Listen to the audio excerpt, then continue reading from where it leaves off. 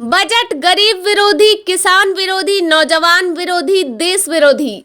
भारत की communist party मार्क्सवादी की पश्चिमी चंपारण जिला कमेटी द्वारा बेतिया में केंद्रीय बजट के विरुद्ध प्रधानमंत्री का पुतला जलाया गया। लोकसभा में 2022-23 के लिए पेश किया गया बजट घोर गरीब, किसान, नौजवान और मध्यम वर्ग विरोधी है। पिछले 2 साल से कोरोना जैसी महामारी से पीड़ित, आर्थिक मंदी से परेशान लोगों को इस बजट से बड़ी उम्मीद थी।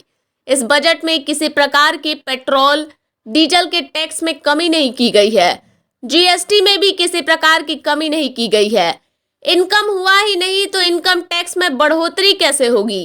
क्रिप्टो करेंसी से 30% लाभ की बात की गई है। क्रिप्टो करेंसी का मतलब गलत तरीके से कमाए गए पैसे से है, जो मोदी सरकार 2014 में काला धन लाने और 15 लाख रुपए सबके खाते में डालने के नाम पर सरकार में आ गई। वह अब नाजायज तरीके से कमाए पैसे की पहचान कर 30% टैक्स लगाकर लोगों को फायदा पहुंचाने की बात कर रही है, जबकि सच यह है कि रोज कमाने और खाने वाले लोगों के पास नाजायज पैसे नहीं होते। बाकी सारे पैसे नाजायज और ऐसे देशद्रोहियों को आराम से विदेश भेजा जा रहा है। आज देश में अरबपतियों की संख्या में वृद्धि हुई है। 10% लोगों के पास देश की 65% पूंजी है। सरकार को चाहिए था उन पर टैक्स बढ़ाकर लोगों को राहत दिलाना। 25 साल को लक्ष्य मानकर 60 लाख लोगों को नौकरी यानी 1.5 लाख प्रति वर्ष नौकरी की बात करने का मतलब क्या है। मोदी सरकार ने 5 साल पहले 2022 तक किसानों की आमदनी को दुगुनी करने 2 करोड़ बेरोजगारों को रोजगार देने को कहा था, जो सरासर झूठा साबित हुआ। आज 2022 में मोदी सरकार का जुबान चुप है। गरीबों के लिए कोई राहत नहीं दिया जा रहा। मनरेगा जैसे गरीबों की योजनाओं में कटौती की गई है। किसानों को किसी प्रकार का राहत नहीं दिया गया।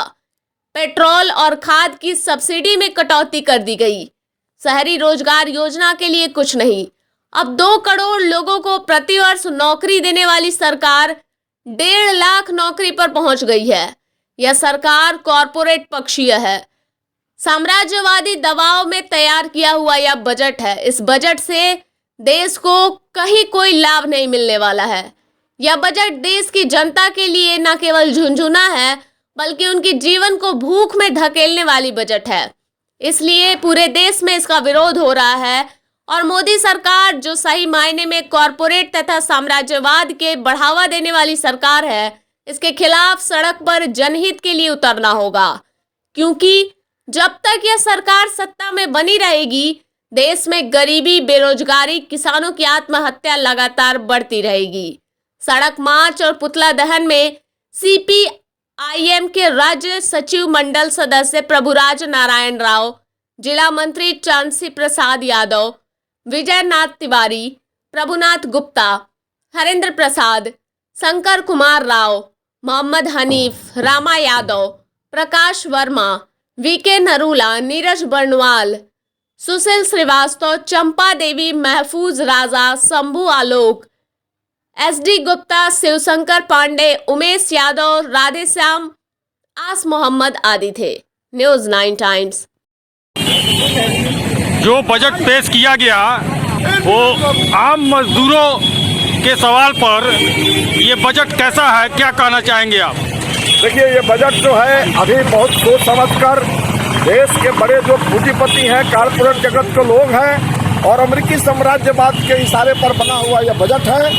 ये बजट जो देश के बड़े, इस बीच में अरबपतियों की जो संख्या बढ़ी है, उनको और बढ़ोतरी के लिए बजट है। इस बजट में गरीब जनता के लिए कुछ भी नहीं है। किसानों के लिए उनका जो खाद का अनुदान था वो काट लिया गया। आज जो बेरोजगारी बड़े पैमाने पे बढ़ी है, इस बजट में बेरोजगार नौजवानों के लिए कोई रोजगार की योजना नहीं है।